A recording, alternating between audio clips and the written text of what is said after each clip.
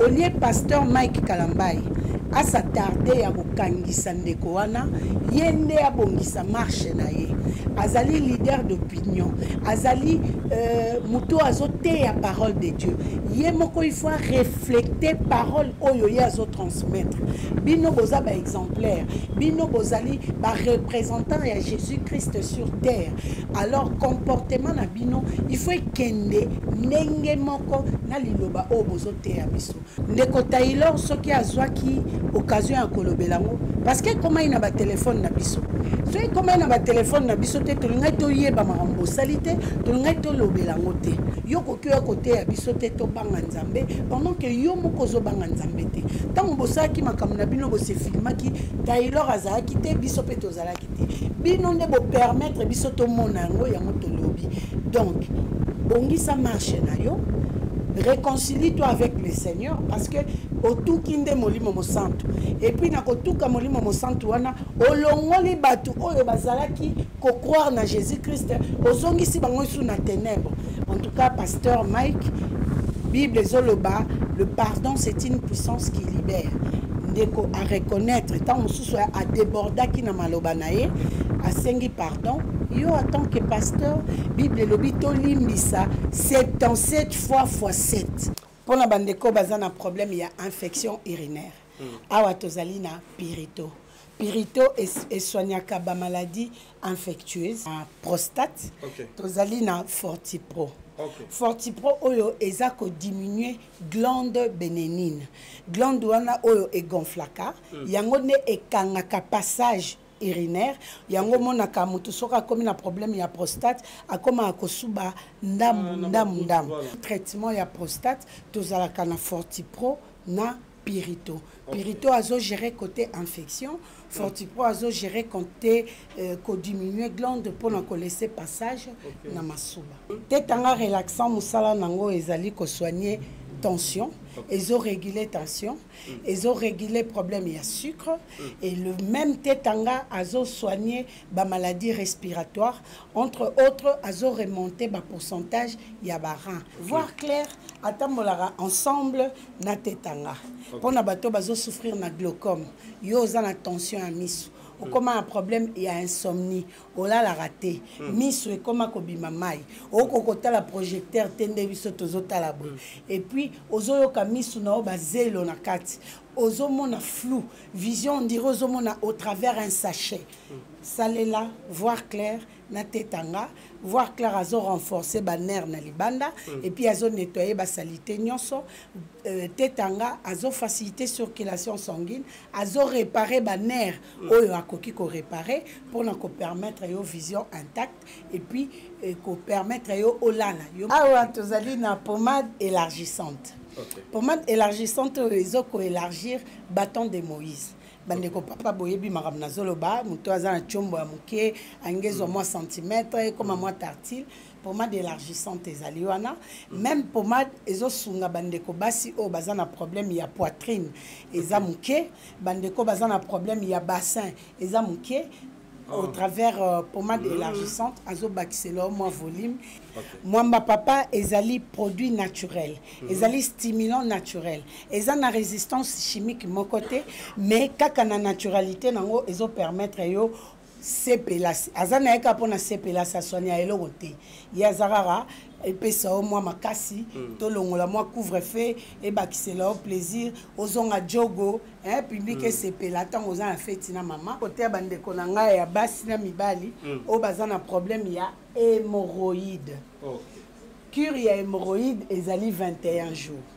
na 21 jours wana tozo salela tanga bio o okozwango 10 bouteilles bouteille moko na tongo avant olia bouteille moko na poko avant là pendant 5 jours o eza lokola cure d'attaque na kati ya makambo etali hémorroïde faiblesse sexuelle éjaculation précoce na bandeko oyo ya impuissance sexuelle prostate ezalaka soki oza kosala rapport sexuel pendant l'éjaculation oko éjaculer te des fois au sentir vraiment comme un moment éjaculation mais mon pépé sperme bimité et obima na moment nini tango yoki osala grand besoin au vandi na toilette au monisco sperme et bien bato baza na problème ya barin o ba pourcentage ekiti na 10 o ezosenga bakota na dialyse soki nano koti na dialyse te je te conseillerais ya kosalela tetanga parce que plus ozomela ye azo nettoyer azo filtrer et puis azo matisa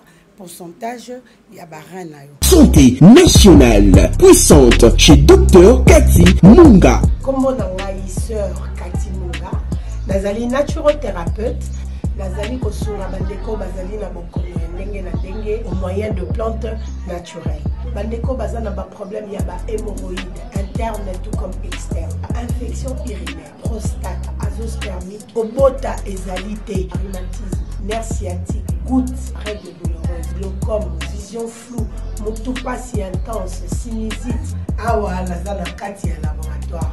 Awa nde bisika na séchaka ba plante, banzete, ba makasa ya ndenge na ndenge, depo na nga yango yo esika na salaka ba formule na ba solution na nga. Merci na équipe mobimba ya Maison chez Cathy, en particulier Joyce Bolaba. Voilà, nous sommes déjà avec Maman Cathy Munga, la nation puissante, centre de Kitoko, et sur Rabiso, plus na ba maladie na biso, les autres années sur la ébélé, na o Italie bongo, bah si j'ai ton nom na table na biso, quant à moi je dis merci et bonjour na Maman Cathy Munga. Bonne santé na yo aussi à centre de Kitoko. Bonjour papa Yves Pan. Santé, tout va bien par la grâce de Dieu. Et pour Nabandeko Bakolandanga pour la toute première fois, comme Maman Cathy Munga, excusez-moi, Nazali naturothérapeute, Nazali ko soigner au moyen de plantes naturelles. Nazali bongo na commune ya Galiema, na quartier Kinsuka Pêcheur, avenue Maïndombe numéro 99. Référence carrière Carigres. Kuna na yambaka de 6h à 9h30. Consultation 15 000 francs congolais. Deuxième bureau nanga ezali bongo na commune ya Kalamu, na quartier Matonge, sur l'avenue Ikelemba numéro A9. Kuna na yambaka de 12h à 14h30. Consultation 15 000 francs congolais. Numéro de contact nanga ezali 00243 82 20 012 Nasuka. Na sengi na binobo s'abonner massivement na chaîne YouTube nanga na combo ya CM la nation puissante. Merci beaucoup maman. Tout que déjà na présentation, il y a pas produit na biso et sunga biso ba papa aussi ba maman. Donc présentation moko et puis utilité nango pour la santé, il y a congolais moko, il y a étranger moko. Voilà. La maison chez Cathy, nous allons soigner au moyen de plantes naturelles. La maison chez Cathy, nous allons en mesure de soigner la maladie locale, infection urinaire. Infection urinaire, nous allons bon na pirito. Pirito. Tout élément. Oui, c'est tout élément. Et le photo ça la banga tout ça la boyi. Hein? Pirito, tout le papier. Pirito, on dirait ça en Cathy. OK. Yanga Mathieu. Yanga Mathieu na Katia, Pirito exacté. La média coque aidé biso après ça. La médi sunga biso na Pirito. Na yonde za éducation physique tellement va. Ngala lingaka boyi. Po batu ba tala so mona ke toujours pratiquer ma solo mo le kutati. Toujours bita penza ma solo ya solo. OK. Comment on va pouvoir na bongo ça bien. Oui. Ndenge na lobaki. Pour la bandeko bazana problème il y a infection urinaire. Awa tozali na pirito. Pirito est soignaka ba maladie infectieuse. Bato yo oye baneni nozala infection. Okoyo kama suba na otango zo suba ezo sala lokola pilipili. Tango ozo suba ozo ka douleur na mode na bas ventre. Tango ozo suba ozo yoka crampe na côté gauche. Surtout ceux qui ont en plein rapport sexuel, okoyo ka pendia ba douleur intense na bas ventre. Et puis na bana mibali okoyoka picotement na ba testicule. Ce qui est oumeli et comme asko ko bimisa ba mbuma lokola ba bouton. Ba bouton na siko ko sala tellement mokosa que ozo kwanya o to benga kapaya. Ozo kwanya ti e ko kyozo kisao même ba pota. Donc okomona coloration masuba na et comme chocolat makasi et comme na solo makasi et puis place les autres kita et sali full makasi. Yango ndezali ba symptômes ya oyo etali infection urinaire. OK. On a ngara ndeboy. Pour na bandeko oyo bazo souffrir na prostate, tozali na Fortipro. Fortipro oyo eza ko diminuer glande bénigne. Glande wana oyo e gonflaka, yango ne ekangaka passage urinaire, yango monaka mutu soka komi na problème ya prostate akoma akosuba ndam ozoyoka posa ya masuba mais so okay masuba ezobima ya malonga te ezobima ya bagoutte et surtout na butu okolamuka à plus de 4 fois kosuba mususu po okoma na urinoir bando telemaki lokwa mutu ozela transport masuba ezobima te il faut appuyer sur le bas-ventre pour omona masuba ebimi. Et puis, prostate ezalaka, ceux qui osent un rapport sexuel pendant l'éjaculation, ou éjaculer. Des fois, au sentir vraiment comme un moment d'éjaculation, mais mon pépé, sperme ebimité. Et au bima na moment nini. Tant que vous avez grand besoin, au vandi na toilette, au monisco sperme ebimi. Yango monaka, bateau bazar na problème, ya prostate ba éjaculaka te rarement ba éjaculaka et puis prostate okoye bango ndengeni ozoyoka envie pressant ya masuba mettant okende ko suba masuba ya malonga te ezobima et puis ezobima ba goutte ozo sentir que vessie na yo esilite mais masuba katani mususu au perdre sensation à masuba yango mona papa mususu alati veste bien parfum mais aobi masola masuba parce que azo contrôler les sous système urinaire na été masuba kokyo bima yango moko voilà. Oui, par rapport à prostate, voilà pourquoi eloko diminue ka glande bénigne wana ezali Fortipro. Si que le fait que masuba ezo bimate, ezaba déchet o eza censé et bima. Loko les autres tika na vessie, yango memaka infection urinaire. Yango moni traitement ya prostate, tozala kana Fortipro na Pirito. Pirito azo gérer côté infection, Fortipro azo gérer côté diminuer glande pour ne laisser passage na masuba. Ah ok. Tout continue na biso maman, merci vraiment. L'éclairage joie no pesi biso pour na ba produit na biso plus pour na infection aussi prostate. Tetanga relaxant musala nango ezali ko soigner tension, ils ont régulé tension, ils ont régulé problème il y a sucre et le même tétanga a soigné la maladie respiratoire entre autres a remonté le pourcentage il y a barin bato bazana problème il y a barin au bas pourcentage ekiti na 10 ils ont senga bakota na dialyse soki na no koti na dialyse te je te conseillerais à kosala la tétanga parce que plus ozo melaye azo nettoyer azo filtrer et puis azo matissa pourcentage ya barana yo et le même ils ont la condition te ya komelela non ils ont condition te bière komelango te vin tout ça azana condition te ya okende peu importe qui si yo omela ya omela mais nani ndeza likolo mingi comment on dit voir clair. Voir clair, on va voir l'accent à l'élève. Voir clair, ça c'est bien. Sikoyo, voir clair, atambolara ensemble na tetanga. Pour na bato bazo souffrir na glaucome, yo za na tension à misu. Ou comme un problème, il y a insomnie, ou là la raté, misu et comme kobima mai, ou kokota la projecteur tende biso tozota la boue. Et puis ozoyo ka misu na oba zelo na kati. Ozomona flou, vision on dirait ozomona au travers un sachet. Salela, voir clair, na tetanga, voir clair azo renforcer ba nerf na libanda et puis azo nettoyer ba salité nyonso tetanga azo faciliter circulation sanguine, azo réparer ba nerf oyo akoki ko réparer pour na ko permettre yo vision intacte et puis ko permettre yo olala yo mutoza na problème insomnie ozolala te tetanga na voir clair bazo résoudre problème. Ça c'est surtout ba hémorragie ba ozela tourna vraiment be ngalo na longwa na bino da to kabwana donc ba hémorragie ba ozela moko awa tozali na pommade élargissante.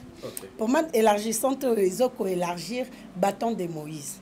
Bandeko papa boyebi maram na zoloba muto azana chombo ya muke angezo moi centimètre comme moi tartile pommade élargissante ezali wana même pommade ezo sunga bandeko basi o bazana problème ya poitrine eza muke bandeko bazana problème ya bassin eza muke au travers pommade élargissante azobakisela moins volume au lieu tia babuchu salela biloko eza naturel. Ah, ça c'est bien. Nga lelo funa kena oyo.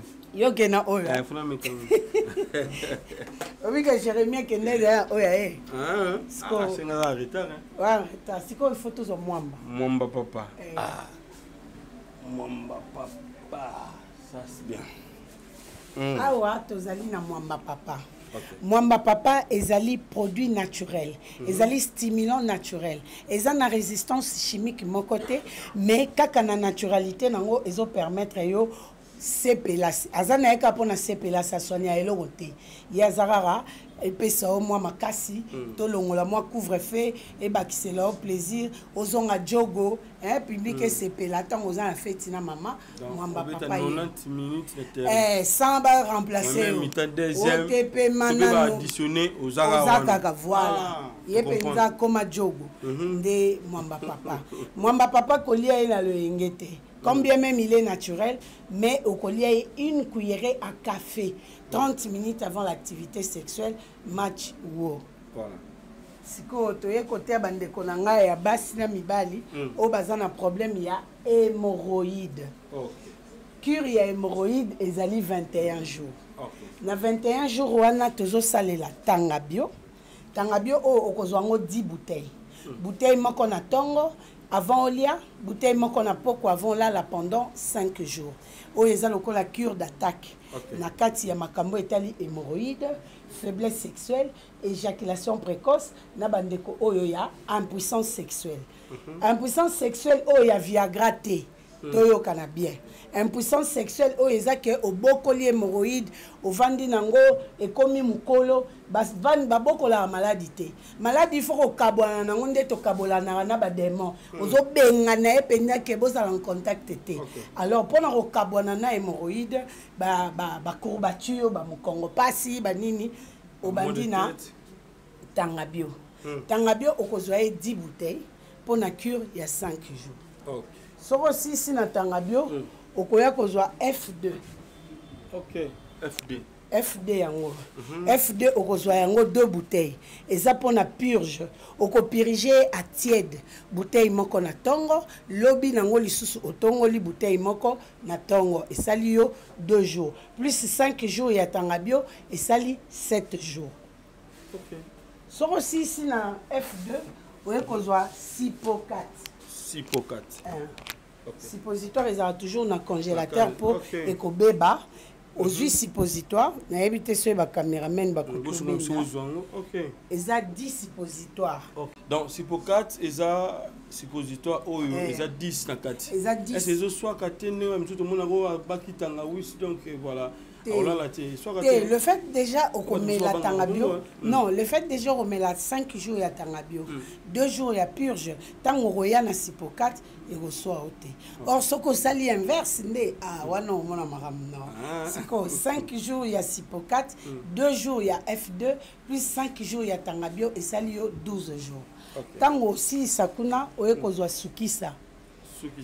Sukisa ezali 3 bouteilles. Demi bouteille na tongo, demi bouteille na pokwa pour na cure il y a 3 jours. Plus 12 jours na bisoana et sali 15 jours de cure. Remède aux solutions malama. Pour na kosukisa oye kozwa sembola. Sembola oyo il est tellement makasi que okokyo tongo la bouteille monte en journée yango eza cure complet au moni na tiaka ngo po batu ba mibali mingi balobaka. Sur le bin, on a un problème hémorroïdité. On a un problème hémorroïdité. On a un problème de faiblesse sexuelle. Or, hémorroïde, c'est la base. Il y a un maladie. Les symptômes psychopoïés, on a un problème de hémorroïde. Et ça, on a une chaleur dans mon Congo. Mususu a chaleur, mais il y a un Congo libaya. Mususu ayoka mukongo libaya te abina zoyoka vide na yoka lokola mukongo na luketo ekabwani soki esili wana okomoyoka ba genou esa lokwa ba bulo elembi ko ba genou ekokomema esu nzoto te voilà et banjo sala ba courbature nzoto olamuka na tongo fatigue atolalaki avant okokola mukate soki oleki wana ekomosa siko ba constipation. Constipation, comment est-ce ballonnement, les boumouzo, ça va, olia malongoli, allez tango ya no comme pété siko o pe ya pou yango elekisa te il est prophète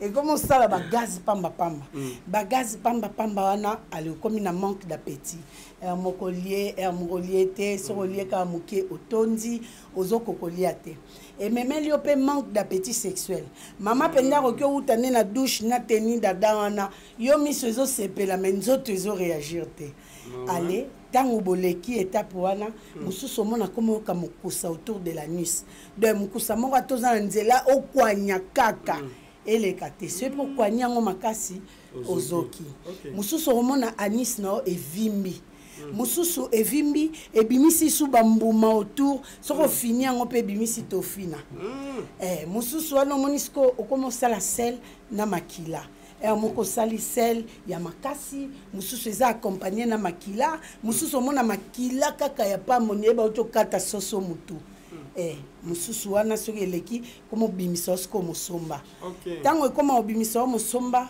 epa mobali ememeli yo faiblesse sexuelle et même yo éjaculation précoce au comité bobandi na bino match na mama comment peu puissant so umisi nango o mona mama na bobandi pe ba caresse banino nyo kota ka boy bato ekoi match esili mususu po forcer au koti na yo ongo bandaka be bu elembi na kati mususu po bandi na ko banda na ko bima.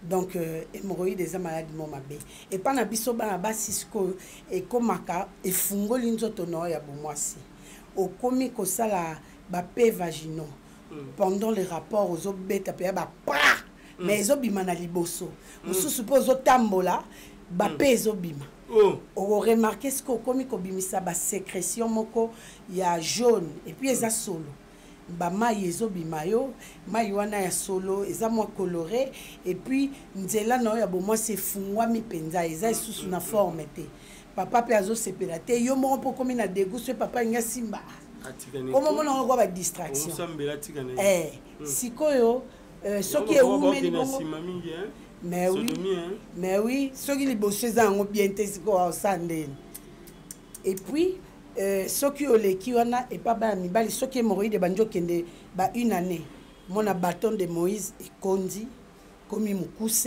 et komi mukie si comprendre ko faciliter bango na sala kit complet wana et koki kosi sa maladie ya 2 ans et koki kosi sa maladie ya 1 année parce que yo 8 ans ya koboko la maladie mais oyebisa autant oyebisa mère ngai pende hémorroïde etungisanga mikolo moyen to tunie combien de jours oh bon et sali moi ba 1 mois ba kisa 0 na 100 jours bango soka lobi no 1 mois c'est que sali ba 6 mois ba mibali baloba vérité en tout cas bo excuser nga ils sont tellement négligents que balinga comme na makambo la légère so moni moi mobali a ko réagir c'est que côté sexuel est comme compliqué andaye tant qu'il se débrouille a royate donc cure moko ekoki kosi sa maladie ya bambula te je le répète pour ba misu bazara mère na meli mais na moni eloko te au moni eloko neni maladie asia comme général na nzoto nao kisi ya le roi caporal au moni eloko te il faut mela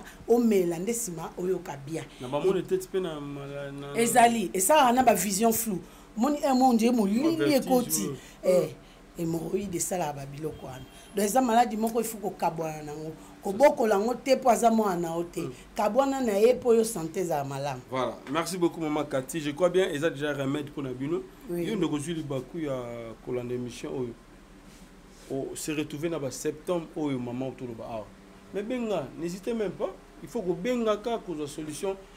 La santé n'a pas de prix. Si ndela lo ba bonga kosate so néglige nzoto na yo mbongo no sobo mna to yo lelango liango na biso to fana so mama mama Cathy tango lobaki na landaki moi bien ko tobi ba mama plus liboso za ko beba papa ba ko préférer mingi sima to moni pe loko wana ba pasteur baza ko encourager ba na nzambe beli na buzoba ya ndengo wana ebite inconvénient ni ezalaka nanu à part plaisir otokaka peut-être moni ke na kota mama na ndenga sima ezala kitoko te po boulevard du 30 juin oui bon on a que ndenga sima est-ce que ça un inconvénient na bandeko babimanga plus na ba maman na sima ke liboso Si, ben, selon la Bible.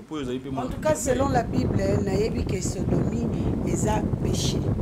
Bon, le Seigneur a dit qu'il est libre arbitre.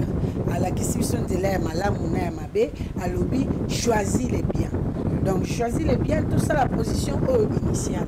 Parce que la position initiale, il y a un des permettant, naïtoye banana yo, tobo tabana, parce que tout ça la kinzela. Mais, inconvénient sur le plan médicinal, na o etali na sima, ezali. Parce que nous avons biso ndenge zapo ya biso basi et yebani que ce mois mobali usangani maiwana ezana bisika o ekoki kokende. Yango raison pour laquelle on a bandé qu'on a biso ba pédé ba bela mingi maladie ya pema, maladie ya kati, autre benga ba maladie ya kati, maladie ya tolo. Parce que ba maiwana ezana place ya kopimate. Ezana place ya kokende te. Et puis selon organisme ndenza masala biso nzela nezaka pona kopimisa eza pona kokotisa te. La preuve en est que mon arabato basalela kabango système ya sima omo ndenga vandi bo akotelema mai ebimi na sima mutoki te mai et puis mai wana ya solo et ça voit oyo infection ekotaka makasi ba muscle wana eza ko perdre élasticité nango parce que eza censé ebimisa. Le fait que bino bokomo kotisa ba nerf wana epetaka omona mutu muso avandi abimi mai abimi na makila sans pour autant zoka parce que ba muscle wana ekomi tendu ekomi irrité elemi ezala mwasi ezala mobali oyo basala kaye sur na sima mai ebimaka na sima makila ebimaka na sima ba comment on tient ba bande hygiénique nde biso basi to tchak atie bande hygiénique mais ndenge si po ba mai wana ebimaka eza ba mai ya solo et puis voix ya sima eza voix moko oyo maladie ezalaka vraiment facilement transmissible ba maladie oyo ezalaka sexuelle na voix ya sima ememaka penza ba voix epesaka sida ba voix epesaka ba staph mais oui parce que muscle wana eza tendu eza flexible et pas na biso bana basi tant ozo sala rapport sexuel naturellement ozo mouiller sécrétion ezo salama yango ndezo faciliter frottement oyo bozo salela mais na simeza sécrétion te eza na mai oyo ekoki kobimate pour et rendre mouvement na flexible non eza te. Voilà pourquoi na voie sima ba infection ezala makasi. Conseil ngana koki kopesa na bandeko basi basa la maintien entretien ya nzoto. Entretien ya nzoto eza te que baka oyoki muninga baka ki soyi nini yo pozu tongolo baki. Muninga baka ki soyi nini. Ko 5 glace. 5 glace na éviter. Balo cha bana ba glace on a 5 glace on a bati. On a bango de musu na epipe tangawisi. Tangawisi mabete. Tangawisi eza ngo mabete ko baka en soi eza mabete. Bibaka bakande et comme mabe. Tout est qui nuit. Okoki ko baka pona maintien nzoto na yo pour garder élasticité nzoto no eza malamu mingi. Mais bibaka baka o eloko wana eza propreté. En tout cas, on a habité, je n'appuie pas ça. On a habité Babylone, on a habité, je reste dans ça parce que je maîtrise. Non, baka glace, parce que X a baka glace. A baka glace pour nani, tu ne sais pas. Mais le quoi yo kaika baka glace yo posu outil. Yango Babylone quoi na ba basi bazobela ba cancer d'utérus, ba maladie ebele bele ba nzoto basi ebele zo beba, mabala ebele zo kufa, bo mobali atali mwasi oto zaki na oyo ya lelo ba kokanite. Lo musuto condamna ka ba papa te biso pe ba mama maintien nzoto eza malamu te ba prothèse slip na biso na otomona ngolo kwa ki branché ki style et même ba infection urinaire ba biloko to tiaka ote ngana nazana ba produit na ngana tiaka soki ba règle sili et même ba maladie et belé oyo ezouta sur base ya ba produit chimique mai na yo kaka ya pompe suffit pour na ko maintenir nzoto na yo yebaka ko maintenir aux ana besoin ba biloko na ebele belé système à cave. Est-ce que c'est aussi important à Libala, Monsieur Amitika, Mobile Salaye, cave, comme disent les Kinois? Bon, ils ont dépendre na choix na bango. moto mosusu po akoma na orgasme il faut passer na nzela ya cave moto mosusu po akoma na orgasme il faut badoite mosusu po akoma na orgasme il faut bapénétrer moto na moto aza na ba fantasme na ye inconvénient ezali soki mwasi aza propre te inconvénient ezali obela ozwa bainfection et opesa o malade inconvénient ezali mais quand ta relation na bango nde baomemela ngo nde baoyeba soki fo basalela ngo te basalela ngo te voilà lisolo ya ndeko na biso ya pd oyo ayaki azwa solution awa epai mama Kati Munga à ce net moment est-ce que remède déjà nzambe asungi abiki aza na biso qui peut décider pour na sima na bango ekomaka mabe makasi ndeko Fortuna tout ça qui émission l'autre fana évangéliste na biso Michel Kouchou alobi abi na besoin na tika musala oyo amonaki ba délivrer na ba église ezokendaka mo mabe mais apesaki rendez-vous na évangéliste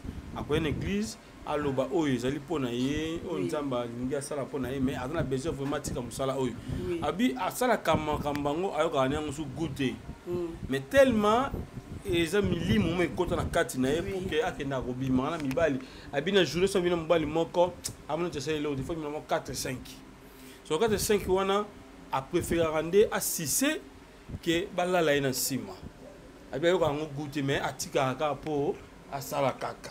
Est-ce que pédia koya pe na centre Mama Kati a une solution par rapport à Nice na ndenge comment nango bon je sais pas tu imaginer kaka dans ça là déjà chaque fois 4-5 mibali en tout cas exemple na opesa ya frère nanga wana comme na ezaki sunani pamedi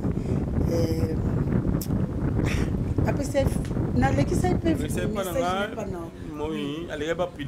oui en tout cas à sala traitement naie côté vraiment à Nice obi keto umeli depuis confinement auto banda qui na un traitement tisi quoi za na traitement parce que azwa ki ba infection ya makasi talaka mutoza na poto ameli ba kisi ya ndenge na ndenge mais infection ici la raté ce qui ameli ayoki bien mikoloana après 1-2 semaines ezongi lisusu en tout cas 8 ans on a yé pour na pirito sikoyo ça fait déjà 2 mois alors la sensation na bande koyoka ayoka mo lisute masuba na e comme normal et ba pota oyo bande ko bimae ezali sute ba bouton na ezali sute na nuspe e kangami pas tellement mais et kangami par rapport ya ndenge ezalaki liboso moi réveil ezo salama mais c'est molle ezotelema pe atende mo mbali atelema pe ngui ezotelema nango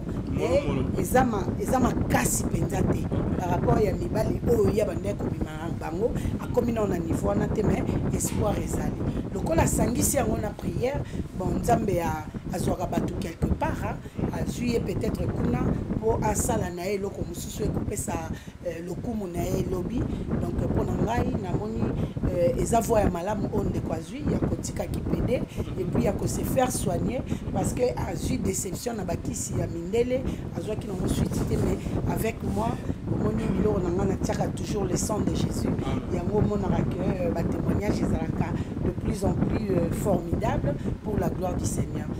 En tout cas, on a bénir Seigneur Jésus, qu'on a le moyen de passage pour la guérison à Bandeko et na kumisi na mwanza. Voilà. Donc Bandeko peut besoin na bana na bango ba PD, bana Bandeko na bango ba PD, oyi ko ya wape après ko ndima kotika musala wana ba vous solution. Oui, bakoki ko ya mais cause la PD, il faut d'abord que ça la repentance sincère parce que on a déjà OK en l'encontre la parole de Dieu bible ezo pekisa mobali na mobali babima lokola mwasi na mwasi babima lokola mwasi na mobali mutu abima na nyama eza abomination donc tant mutu alingi azonga sur la bonne voie à sali repentance sincère à renoncer et puis aye kozwa traitement parce que biloko wana ekota na milimo mabe ngana zo sala délivrance ça la guérison mais délivrance c'est Jésus-Christ qui le fait. Voilà. Fortuna ça les forces à la awa pour que lobby ndengole la ki mobali nezo 40 ans 41 ans et belé hein au bas vous en a besoin mwana ce qui peut ndenga ozonga bonga ko bota lobby pas ko bota akoki ko bota mais il faut netito nande konanga na mobali to kotisko na traitement ya sperme parce que le fait il y a aussi un ciment et bébé ça sperme à mobile et comme quand maï net ba maï automelaka je te jure et puis et perdre quantité nango et comme il vraiment maï ko tant suku to ebima nango te quantité na qualité nyonso bébé comme quand roi maï et puis les obima na ba moment oyo te yo zo senga ngo ebima obundani ebimi te puis ofandi yo mo moko monka piu ebimi. Donc, il faut nous réglementer et son organisme normal pour être traité sperme. Donc, le processus, c'est ça vraiment moulay. Voilà, pour terminer pour ma maman, est-ce que ça a un moko qui si moko tiawa et son maman na kokondi ça, c'est que c'est normal. Papa, il y a toujours des bossos et soucis matin. Est-ce que ça a qui si pas na yo oui, qui si ezali parce que biloko et ça la rakenzo toi maman et fungwama, et ça infection urinaire. Deuxièmement, ezali entretien ya yo mokonan. Entretien na nini? Ba slip na yo, est-ce que aurait pas ça car? Est-ce que otanda kango à l'abri du soleil parce que c'est important. En dehors de ça, ba prothèse slip wana et memela biso ba infection. Hémorroïde pe bébé saka nzoto ya mwasi. Ba chaleur wana parce que ba protège wana tant tozotia et ça ba plastique. Chaleur ya biso moko basi tozala na chaleur makasi côté intimité. Plus masuba, plus caleçon, plus prothèse slip, ba chaleur on est que se mélanger, ba produits chimiques on a des que le baby sanjoto ya mwasi. Alors moi je vous conseillerais pour n'angabo utiliser ka ba prothèse slip parce que ba prothèse slip on a ozo bima branché mais ils ont même là ba maladie.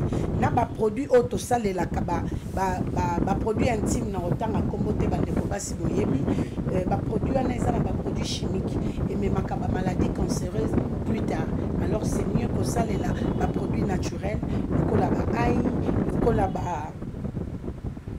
le cola ba citron et ça ba produit moko naturel et yebi nzoto na yo po yebi yango au lieu ça la ba biloko yo lobby eko mais là ba maladie et puis eko coûter au plus cher. Maman sans calbar va belle lelo ba linga sura da collection tu peux ça bango raison. Non, mais nous sommes ça revient au même. Parce que pantalon on a so sugoli en oté. On l'attaque en sans calba. On tient au canabilambana. Après lobby aussi so popoli. On l'attient en salité au tikaki. Au eurozongue là on sous place au tchèque pantalon est-ce que ça qui prend. Vous avez épargné té. Vous avez pas à moins que on lati pantalon au sugoli on va repasser après au lati.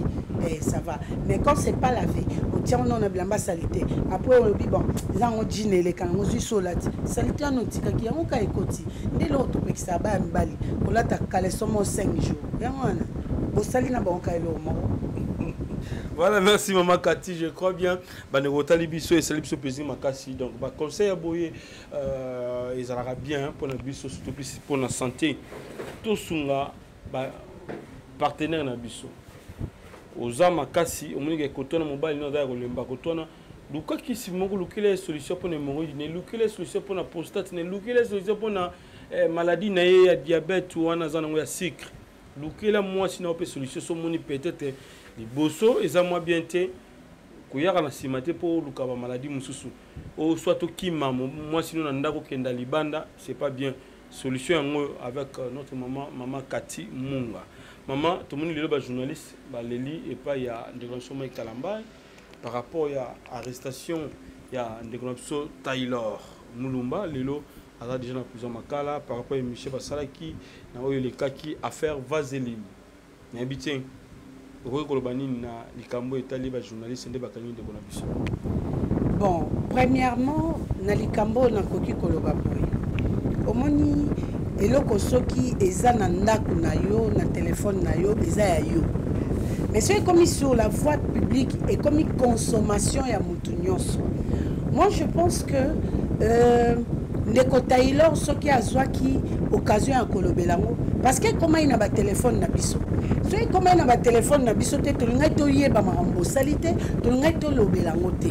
Moi je pense que au lieu pasteur Mike Kalambai asatarde ya kokangisa ndeko wana ye nde abongisa marche na ye azali leader d'opinion azali muto azoteya parole de Dieu ye moko il faut refléter parole oyo ye azotransmettre bino boza ba exemplaire bino bozali ba représentant ya Jésus-Christ sur terre alors comportement na bino il faut kende ndenge moko na liloba oyo bozoteya biso yo kokoya koteya biso te to banga nzambe pendant que yo moko zo banga nzambe te tango bosaki makambo na bino bose filmaki Taylor azalaki te biso pe tozalaki te bino nde bo permettre biso to mona yango yango tolobi donc bongisa marche na yo réconcilie-toi avec le Seigneur parce que otu kinde molimo mo santo et puis na kotuka molimo mo santo wana olongoli batu oyo bazalaki ko croire na Jésus-Christ ozongisi bango sous na ténèbres. Or Bible les a recommandé biso de faire de toutes les nations les disciples de Dieu. Si ko acte oyo sali mutu muso aba nga pe ana tiki ko sambela or diable azolinga bongo batu balo baba tiki ko sambela po ya gagner terrain. Or to comme na temps de la fin oyo église il faut esa la musala nango ya épouse pour na ko préparer peuple de Dieu à l'encontre de Jésus-Christ. Mais biloko bozo sala ezo refléter gloire en Nzambe te. Ngai pona ngai soki ezanga en tout cas pasteur Mike Bible zoloba le pardon c'est une puissance qui libère. Ndeko à reconnaître tant mususu a déborda ki na maloba na ye asengi pardon yo en tant que pasteur Bible lobi to limbisa 77 fois x 7 wana ezana okambala liboso atuyo comme non 7 donc c'est to bito landa na liloba nzambe oza censé kako limbisa ye ah oui oza musana nzambe jusqu'à la preuve du contraire biso to benga ko pasteur Mike oza censé olimbisa ye parce que a continuer cours na ye parce que il y a za journaliste azana pona kolobela l'actualité ya malamu lokola ya mabe. Donc moi je pense que c'est un peu ça. Merci, je crois bien message comme le pasteur Mike Kalambay donc sur olimbisa za malamu et na mona ngo pas bien. Il y a Moussa Nzambe ko kangisa ndeko mobo et ça fait très mal et ce quand de quoi azali atikali na nina mutema na ye Moussa Nzambe kangisinga quelque soit mabende ko salaki néanmoins falo le daga na Nzambe mawana yo pe kanda Nzambe ilingaki ko landa ndeko ke ko kangisa ndeko boyo en tout cas c'est un biso à moi la vengeance à moi la rétribution donc il fallait tika Nzambe venger yo parce que biso to s'appuyaka na parole de Dieu tozo salela o liloba Nzambe lobi yo lokola bato wana batukaki yo ndeko Taylor atukaki yo yo il fallait senga kanda na Nzambe Nzambe venger yo et pas na ye il fallait pas prophète Eli tango bana na bazaki ko finga libandi e konki tango abelelaki tango ayokaki pasi ba lion babimaki baliaki banana batalaki te ba bana mikie batalaki te ba yebi makambo osate kanda Nzambe kitaki baliaki ban. Donc il fallait faire la même chose au moins là ça concorde avec la parole de Dieu.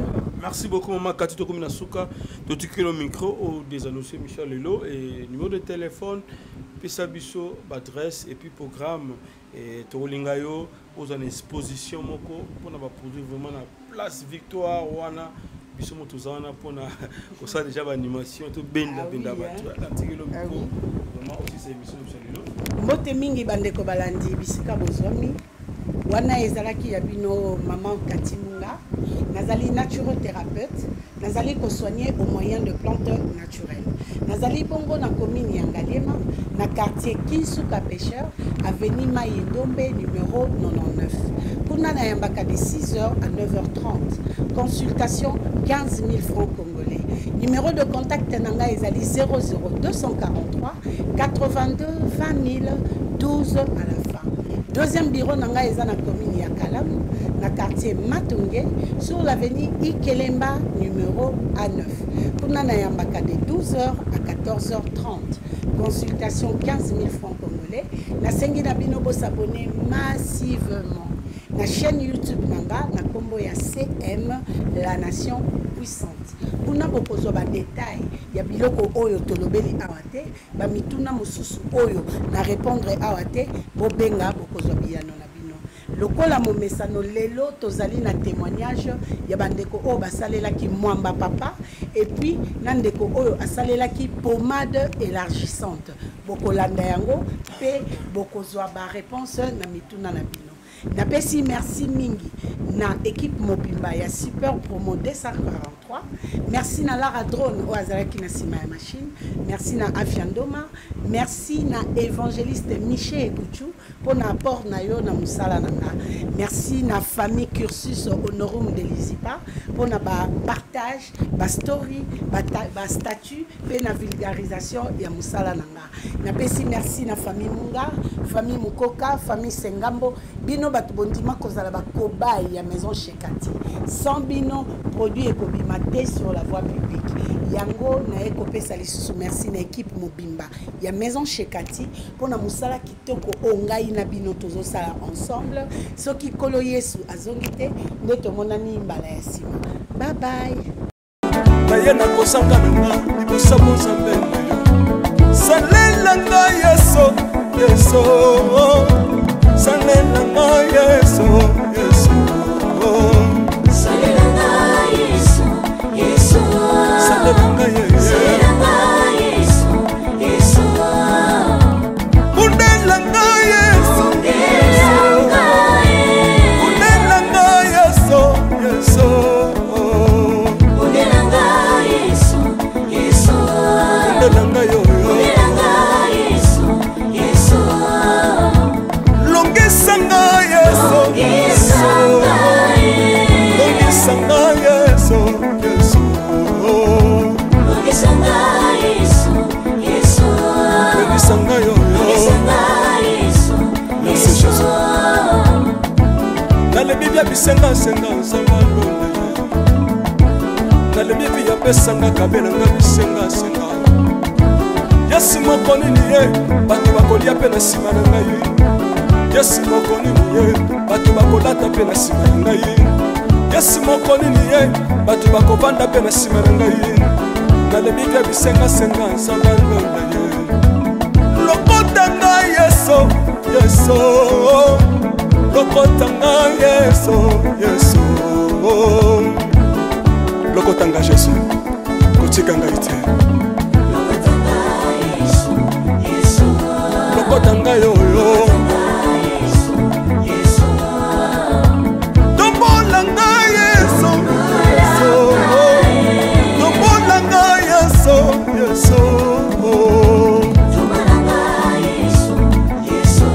Tombola nga yo yo.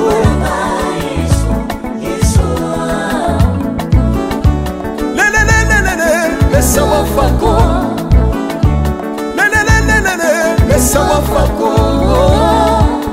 Watitishina watitishina nsambi watenzelela. Watitishina watitishina nsambi watenzelela. Yesu Yesu. Mesa mukatanga lisa.